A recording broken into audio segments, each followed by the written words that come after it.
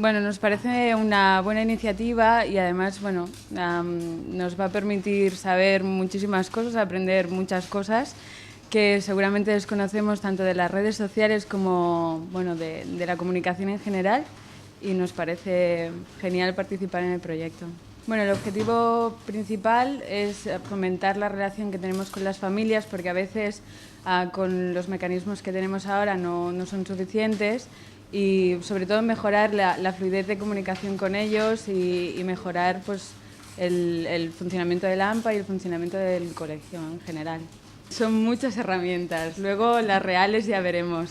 pero en principio ya hemos empezado una página de Facebook que, bueno, intentaremos que sea lo más activa posible e interactiva posible. Vamos a hacer un Twitter, vamos a actualizar el blog